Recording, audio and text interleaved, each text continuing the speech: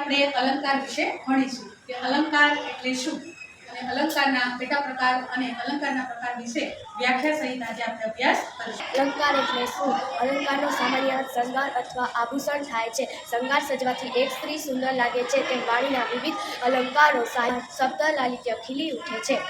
બે પદો દ્વારા બનેલા એક સમાન શબ્દ છે। અલંકારના બે પ્રકાર છે, શબ્દ અલંકાર અને અર્થ। હું શબ્દ અલંકાર છું। શબ્દ અલંકારનો પહેલો પ્રકાર છે વર્ણાનુપ્રાસ। એકને એક શબ્દ બે કે તેથી વધુ વખત આવે તેને વર્ણાનુપ્રાસ અલંકાર કહે છે। દાખલા તરીકે મીઠા મધુ ને મીઠા મેઘુલા રેલલ।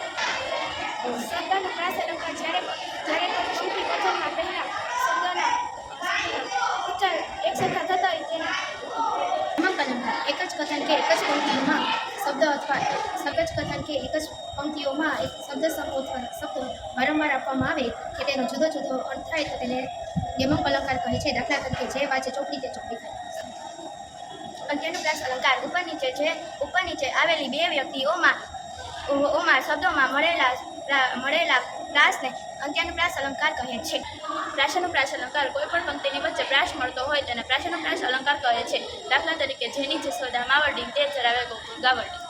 આંતરપ્રાસ અથવા પ્રાસ જ્યારે પહેલા ચરણના છેલ્લા શબ્દ અને બીજા ચરણના પહેલા શબ્દની વચ્ચે પ્રાસ મળે તેને પ્રાસાકૃતિ આંતરપ્રાસ અલંકાર કહે છે। હવે અર્થાલંકારની માહિતી વિશે જોશું ઉપમેય અને ઉપમાન। જે વસ્તુ પદાર્થ કે વ્યક્તિને સરખાવવામાં આવે તેને ઉપમેય કહે છે। દાખલા તરીકે સરખાવવું। જેની સાથે સરખામણી કરવામાં આવે તેને ઉપમાન કહે છે। દાખલા તરીકે સરખામણી। ઉપમા અલંકાર જ્યારે કોઈ એક વસ્તુને કોઈ ખાસ બાબત માટે બીજી વસ્તુ સાથે રાખવામાં આવે એટલે કે ઉપમેયની ઉપમાન સાથે સરખામણી કરવામાં આવે તેને ઉપમા અલંકાર કહે છે। દાખલા તરીકે સીતાનું મુખ ચંદ્ર જેવું સુંદર છે। રૂપક અલંકાર ઉપમેય અને ઉપમાન એક સાથે બતાવવામાં આવે છે। ઉપમેય અને ઉપમાન એક જ છે એમ કહેવામાં આવે ત્યારે રૂપક અલંકાર બને છે। દાખલા તરીકે સીતાનું મુખ ચંદ્ર છે એક પિતા।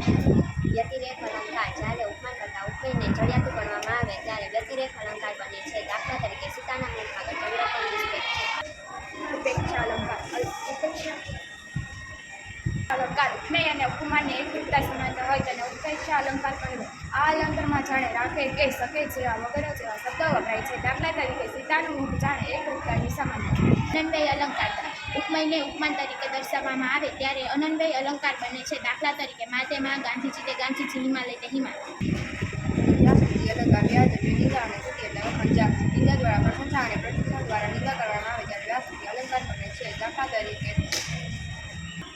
સજીવારોપણ અલંકાર સજીવનું નિર્જીવ પર આરોપણ કરવામાં આવે એટલે કે નિર્જીવને સજીવ પર વર્ણવવામાં આવે તેને સજીવારોપણ અલંકાર કહે છે। દાખલા તરીકે મને લાગ્યું કે ચાંદો બહુ ધીમે ધીમે ચાલે છે।